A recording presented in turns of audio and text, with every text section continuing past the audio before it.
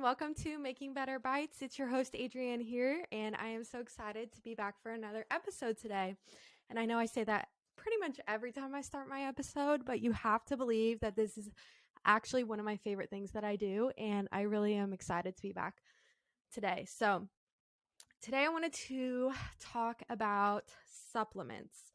And I often stray away from talking about this as a conversation because I don't know, it's a conflicting one, but we're going to give it a shot today. I'm going to talk a little bit about some supplements I recommend, some that I don't recommend, and some that, it's kind of up to you, or all of it's up to you. Of course, it's your health and your choice, of course, what you choose to take. But yeah, I just wanted to talk about supplements today. And I don't know, I don't really have any updates for you. I did try out the new Lemonade app, and I said that I was going to give it a month, and I'm not even sure if I can give it a month because I've been trying to post, but I don't know if you've been on it. It's kind of a strange app. It looks like Pinterest to me, but it gives the vibes of like, I know it's owned by the same people that own TikTok, so it's like trying to be a picture app. Like TikTok is their video app, Lemonade is their picture app, but it requires a lot of like editing, I guess. I don't know, that it's just like the posts that people are making are strange, and it's all about like being a niche or not being a niche, and this is a new app, and the possibilities are endless. But I don't know, it kind of takes too much work in my opinion, like all the cute little graphics and stuff, and maybe it'll transform itself one day to just being as casual like the way Instagram is with its pictures, but I'm not enjoying it. So I don't know. If you're over there, give me a follow. Of course, I will take the followers. I'm not even sure if I have any yet, because I just downloaded it this week and I've posted a few times, but we'll see. It's interesting. I kind of really hope that it doesn't take off though, because I don't know. I'm not that into it. But so far it seems like it's not taking off. So we're all good there. But I think that's all that's new. I'm really enjoying podcasting on Fridays, which is kind of funny, but it gives me something to look forward to on Friday. And I was getting overwhelmed with having to have my podcast episode. Like I would just record it the day before that I would release it. So after I recorded, I would always have to go and start editing it right away and making sure everything was uploaded and scheduled to go out that morning. So if there was any technical difficulties or anything like that, then it was a problem. Also, just starting my Monday off with recording just wasn't my favorite thing. Even though I enjoy it, it's not really it doesn't feel productive to record the podcast for some reason. So there's that as well as an element. I was going to say one other thing that I liked about it being Friday. But, oh, no, I was just going to say, I know I totally could have like gotten myself 1 week ahead on the scheduling front, and then I wasn't just like recording and having to put it out the next day. But honestly, I'm like not that disciplined. If I had a trip or something coming up, like sure, I could record an episode ahead if I had to, but as far as like actually doing it just to like be ahead in general, like it's just not me. So it's okay. Everybody's different, and I know that this is what works for me, so we'll just keep going forward with it. And I'm enjoying, like I said, my Friday recordings, and it's nice out now. The weather is good, it's beautiful, and so I could like go for a walk or something after this. I don't know, we'll see. The possibilities are endless heading into the weekend, but like I said, today we are going to be talking about supplements. And I don't know, I always, as you know, probably if you've listened before, I try to frame my episodes out like with 3 different like main talking points, and I'm kind of struggling with where I want to start. So let's just go ahead and start with vitamins. I think as a dietitian, a lot of people come to me and ask me, that's like one of their first questions. Not so much anymore, so maybe things have changed, but a lot of people want to know like what supplements they should be taking, as in like what vitamins should I be taking, like do I need to start this, or I'm taking this, should I be doing more, should I be doing less, those kind of things. And so I kind of wanted to address like I have a very particular stance on vitamins and supplements because I personally don't like taking them, and I think that they are hard to be consistent with and kind of gross. So I guess my personal preference maybe plays into this a lot, and maybe it's not the most professional thing, but I would recommend someone a supplement if there were gaps in their nutrition. But personally, my theory, so I guess if you don't like it, that's totally okay. You don't have to follow my theory on this, but like personally, the way I feel about it is that nutrition should always come first. You should be eating a well-balanced diet as best as you can.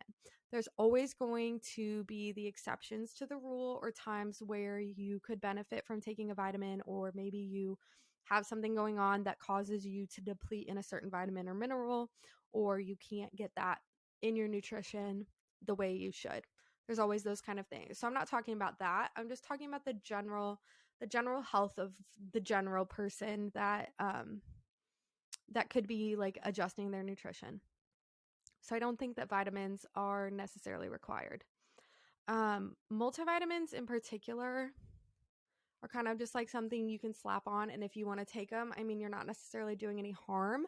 But again, I don't like to take them, and I don't think that they taste good, and I don't like having something that I have to take every day. So I'd rather just rely on my nutrition and make sure that my diet is varied and balanced, because the supplement industry and taking vitamins is conflicting, and you don't know like the quality of the vitamin and mineral that you're taking.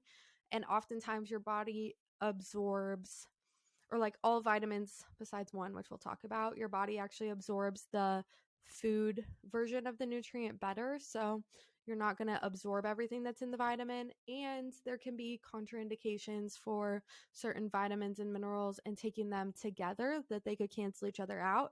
And also that they can be influenced by other medications you might be taking as well. So I don't think anybody should just start taking a multivitamin just for the heck of it. But if you want to, and you know it's not like contraindicated from anything else that's in your health, I mean, that's up to you, of course. But I do find that there are 3 vitamins, or 2 vitamins and a mineral, that if I was going to recommend someone take in a supplement form, these 3 would be it. So first up, we'll talk about vitamin D. A lot of people struggle with getting enough vitamin D in their diet, and vitamin D is extremely important for hormone health and for just obviously general health and infection, inflammation, your immune system, all of those kind of things. It plays into it. So there's not a lot of foods that vitamin D is naturally present in. Of course, there are dairy and like orange juice and things like that that are fortified with vitamin D, which is, I guess, technically a supplement as well. But your main source of producing vitamin D is going to be sunlight. So, I mean, when you're in cold climates where, you know, it's dark in the winter, you don't go outside as often, or depending on what your work schedule is, or just like your daily routine, can really influence how much time you can spend outside. You know, if you live somewhere where it's really rainy and cloudy, there's just a lot of reasons that can influence or affect your ability to go outside and get enough sunlight exposure for your body to be able to make vitamin D on its own. And if you don't like seafood, um, then you're going to have a hard time getting natural sources of vitamin D, or not getting natural sources, because like egg yolks have vitamin D, they're a good source, but it's hard to get enough just from your food sources. And especially if you're not someone who goes outside regularly or sees the sunshine regularly. So a lot of people could benefit from taking a vitamin D supplement. And kind of hand in hand then with the vitamin D supplement, without magnesium, you actually cannot activate your vitamin D. So you want to make sure that you're getting enough magnesium in your diet as well. And I know it's been talked about a lot recently that taking magnesium supplements for like leg cramps, for restlessness at night, for all sorts of things, and I'm blanking on it right now, so I'm sorry, but I'm sure you guys have seen people talking about like the importance of magnesium and how beneficial it has been, bowel movements, things like that. And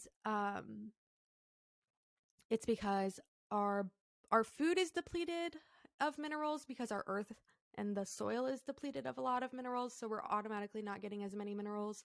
And then if you don't eat a very varied diet that's balanced and has magnesium rich foods in it, then you can struggle with magnesium, but also stress from being sick, like stress in your life, mentally, emotionally, or not sleeping enough, all of these kind of things also deplete your magnesium levels. So it's a mineral that's very sensitive in our bodies to being easily depleted. So there's a lot of reasons why you might be deficient in that as well. And like I said, it pairs hand in hand with the vitamin D activation.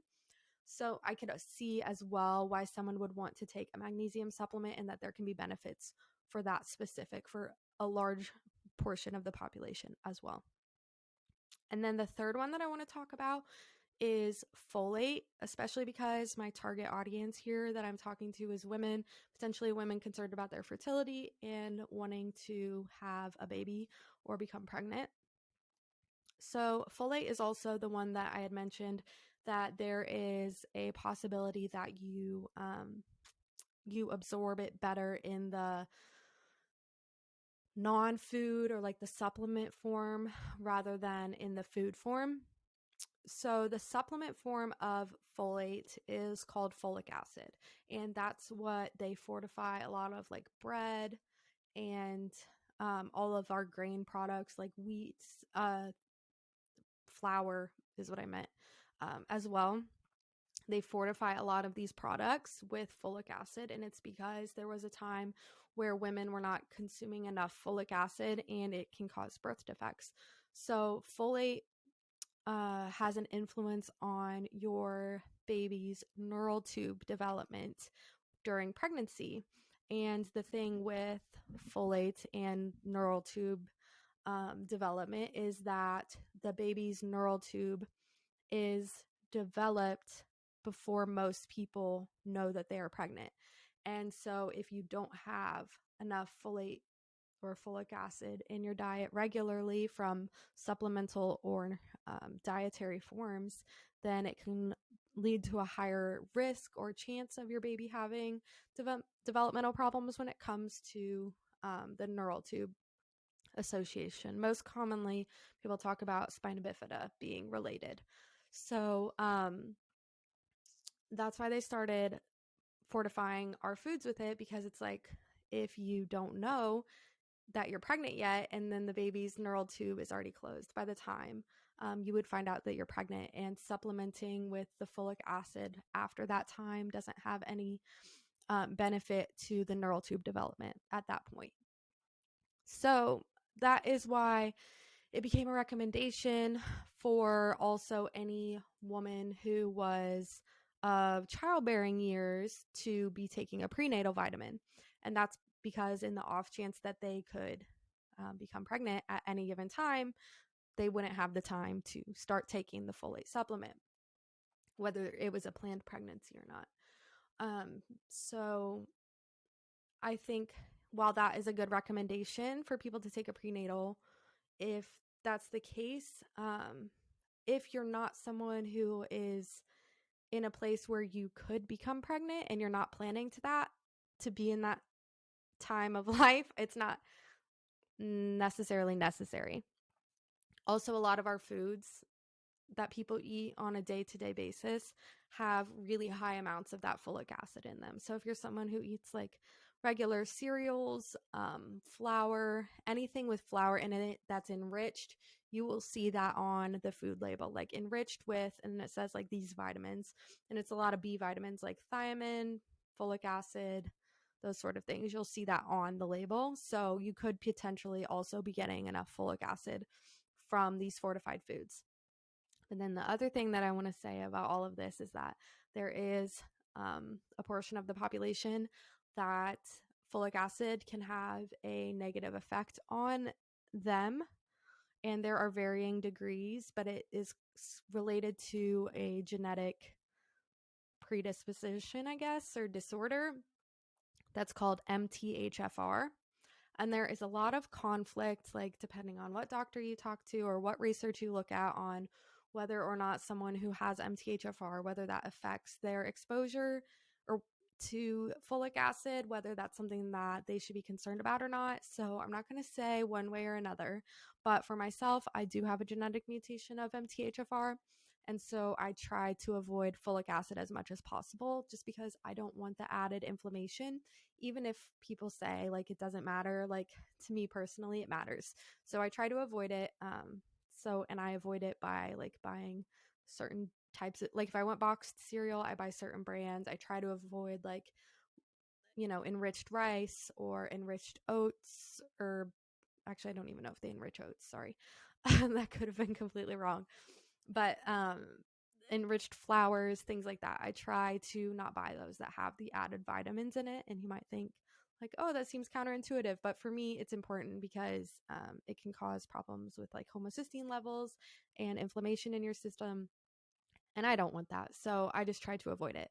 But also, you want to make sure if you're concerned about the folic acid in the foods, also to be aware of the folic acid in your prenatal or supplement, because there's, oh my gosh, sorry, I totally spaced. Oh, because like most prenatal and women's vitamins contain folic acid in it. So what I personally do is seek out what's called methylated folate, and there's actually quite a few brands like that have methylated folate now as their folate form in the vitamin. But because when I first found out about this like 5 years ago, and was talking to my doctor about it, there was very few vitamin companies that were using methylated folate in their vitamins. And actually the ones that I had to take tasted so bad.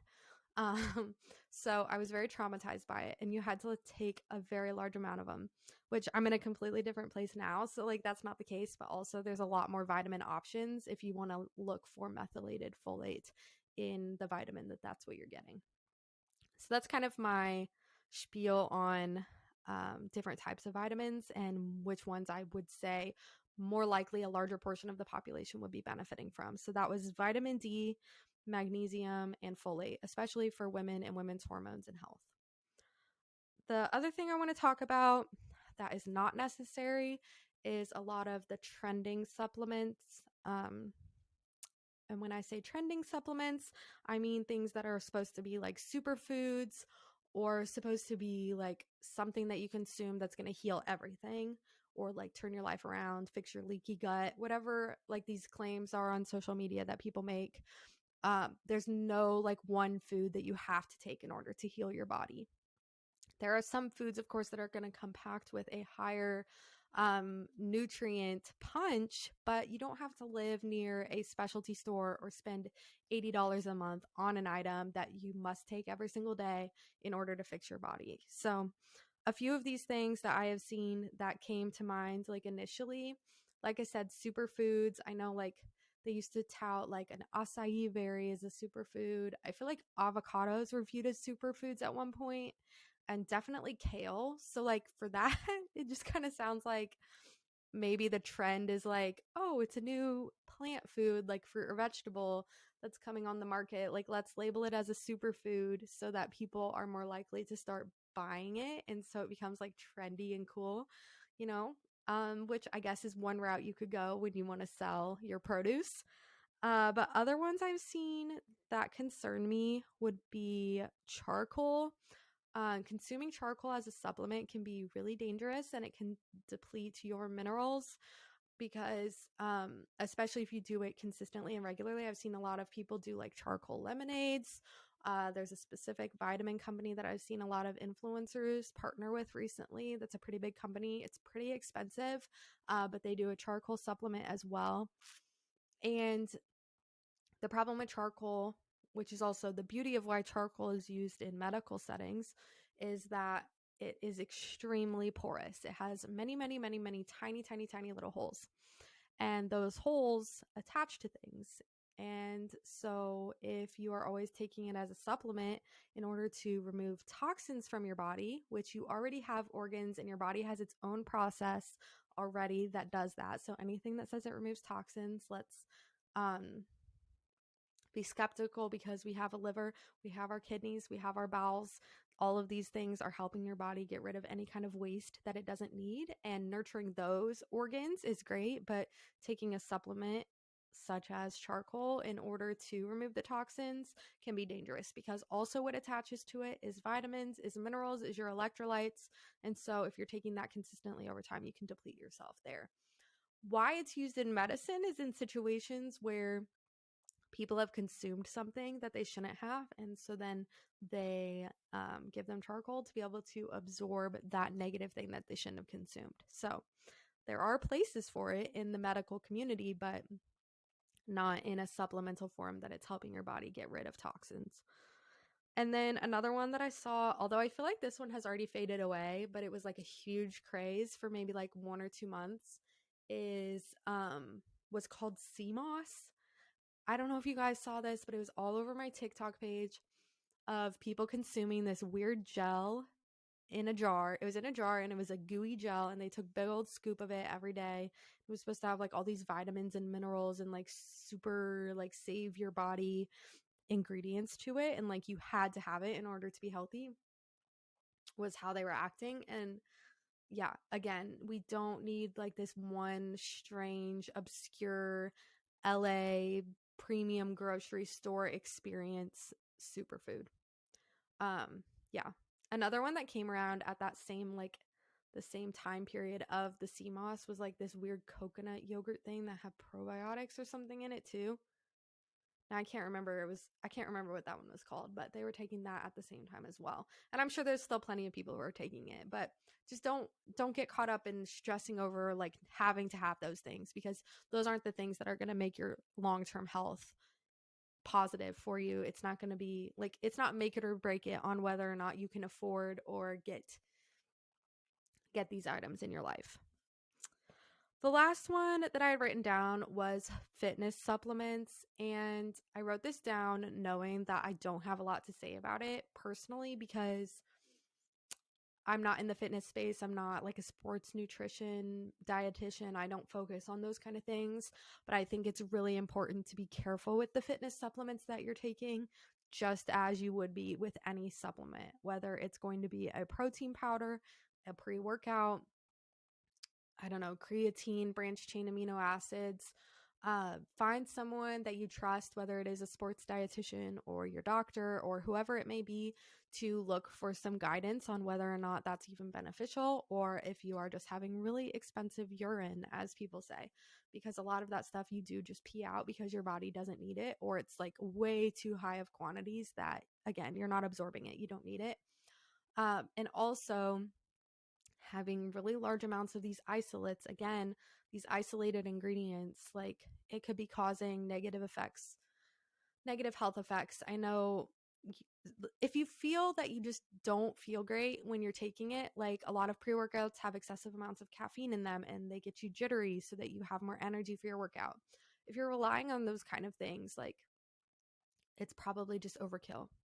And if it doesn't make you feel good and feel better, just keep that in mind, take that into consideration when you decide whether or not it's really something that you should be consuming. And look at the ingredients, assess the ingredients and think about what your goals really are, because for the average person, consuming all of these supplements isn't necessary in order to reach their fitness goals, in order to build muscle or to have more energy. A lot of that comes from sleep, having adequate protein intake, which can just be regular food forms of protein, and rest, proper form and technique in the gym, having a plan, being consistent, and knowing what you're doing. So those kind of things are going to get you further than the supplements. And the supplements, again, they're really expensive. So that's kind of all I have to say about it. Be very cautious with what you're consuming and what you're spending your money on. Be aware of how it makes you feel, and always check with your healthcare professionals before you start taking something, because there really are contraindications for whether it's a vitamin or a mineral. Any kind of food supplement could interfere with your health. It could interfere with other medication you're taking, all of these kind of things. So just be really aware, be very cautious, and be an informed consumer, just as you should be with everything. But that's kind of my view on supplements. I try to limit my intake of them as much as I can. I like to have a balanced, varied diet, and I don't like taking pills. And I don't like the taste of a lot of things that are supplements and just like artificially made in order to support you. So I'm not saying that you have to completely cut them out, of course. And again, it's like your life and your health and your nutrition. So you get to make the decision ultimately on what you're going to do. But I just don't have a great experience with them either, which maybe plays into what my view is. But I am going to be food first always and do the best I can to eat whole foods and incorporate them into my diet and focus on my nutrition in that way. So if that is you as well, then you are definitely in the right place, because I love to share how I do that. I love to show examples and teach people other ways that they can incorporate these real foods. Be sure to find me on my other platforms if you want to hear more about it, or if you want to send me a message, have any questions for me. Of course, I'm on Instagram, I'm on TikTok. I have a weekly newsletter that talks about nutrition and hormones and foods and where you can find it in food and what its benefits are for your body. And yeah, I will link all of that below in the show notes. And I hope that you guys have a great week. And I hope that this has helped you to make better bites.